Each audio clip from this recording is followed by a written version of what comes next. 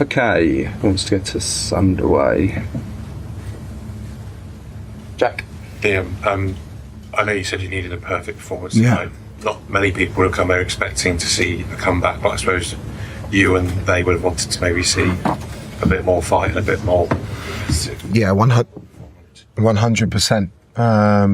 The 6 minutes in and another mistake that we make, it takes the wind out of our sails. And then I think the second goal is hit from 25 yards in the top corner. And when you go 2 goals down so early and 5 goals down on aggregate, it's really, really difficult evening. We wanted to obviously put up more of a fight than what we did.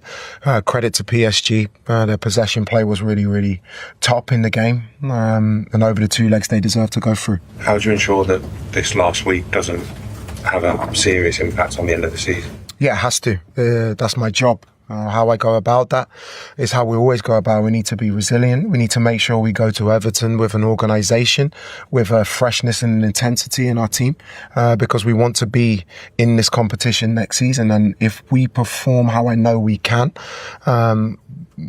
get there without the individual mistakes that we're making at the moment. Nizar. Liam, I wanted to go on to that. You took off João Pedro. Yeah. Yeah. Is that sort of an admission that players are a bit tired at the minute? I think it's not just it's not an admission. It's a reality of where the group are. They've played over 100 games in 18 months. They've had no break. In terms of the international games, the travelling that, say, as João Pedro, Enzo Fernandez and Moi Caicedo do to South America, it's not an excuse. This is a byproduct of success of the Club World Cup, and it's a great thing that the club achieved at the Club World Cup. But you're seeing with Reece, you're seeing with players that if I don't manage their minutes, their likelihood of getting injured is increased very highly. So I want us to make sure we're in this competition next season as a minimum. We're still fighting for an FA Cup, but I have to make maybe really difficult decisions that at the time probably don't look great. To be honest, you never want to take off your best players when you're 5 goals down in a tie. But I want to make the right decisions for the football club in the long term as well. Simon. Hey, Liam, it's obviously been a tough sort of week for you as well, sort of in terms of 3 defeats. Is it important it doesn't affect your confidence in terms of your methods are working and can work? This is football. Excuse me, I lost my voice shouting, not at the players after the game, but during the game. This is football, and moments can change the flow of things. So 2.25 games ago, we're away in Paris, coming off the back of Aston Villa, a very good performance, 2-2 in the game, but we don't take care of the moments, we switch off.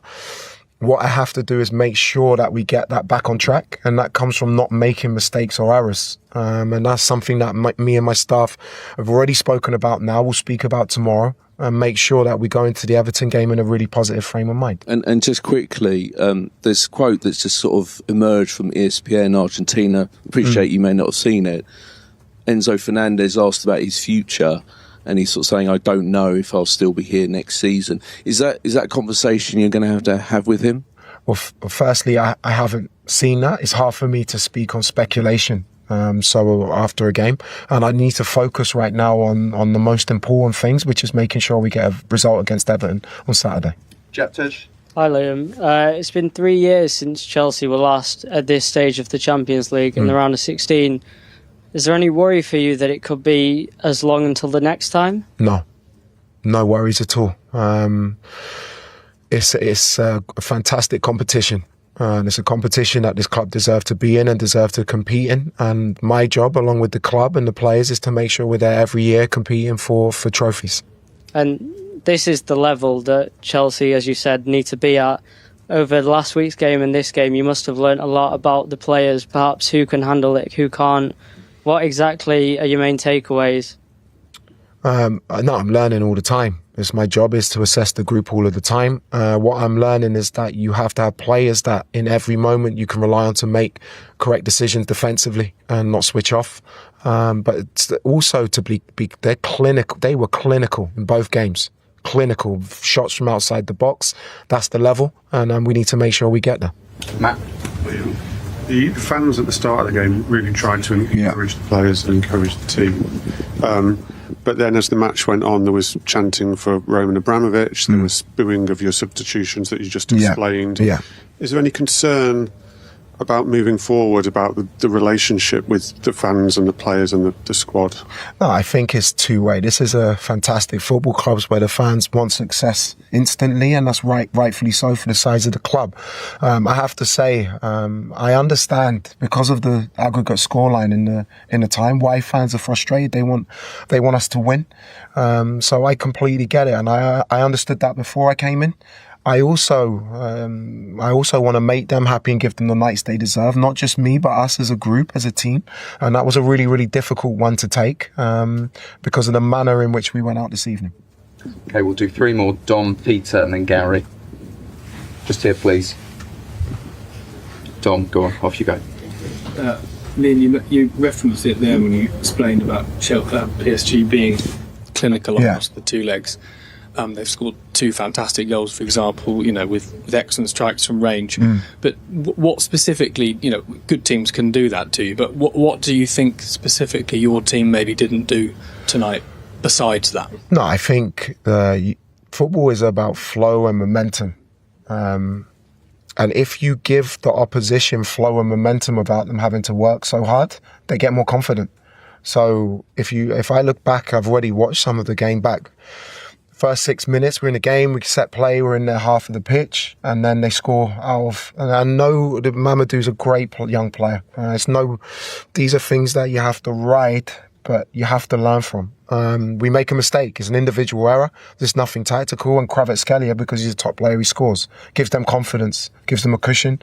And Barcola hits one from 25 yards into the top corner. I don't remember having a shot either side of that. So we have to learn at the top level to be clinical and to make sure we keep the back door shut. We've done neither over the 2 legs, and that's why we're out of the competition. Peter? Liam, can I ask you about Mamadou and the decision to select him on that side of the pitch? Because I'm not sure he's played there before. And then also because it's obviously a difficult night for him, just obviously with the mistake, but obviously we've learned tonight that the AFCON result's been overturned. The AFCON result. It's been that CAF have announced that they've overturned the result of the final of AFCON and given it to Morocco. Sorry, is that something you'll have to speak to him about? Because obviously it's made for a difficult night for him. Yeah, I've been so focused on this. I didn't know that. Mamadou has played in that position for me. And Mamadou's been outstanding in games against PSG. And I felt his experience, his feel of the players would help him. And when you're a player and you make a mistake that early, it can become a really difficult night for you. Bearing in mind, Malo Gusto was down to start the game and pulled out. He was not pulled out, he's very ill. We gave him as much time to recover. We missed Reece, who's out. These are decisions that you want to make and you want to get correct. And in that moment, Mamadou's made a mistake, which has made it a difficult night because it gave PSG the confidence. We've got time for one more from Gary. Hi, Liam.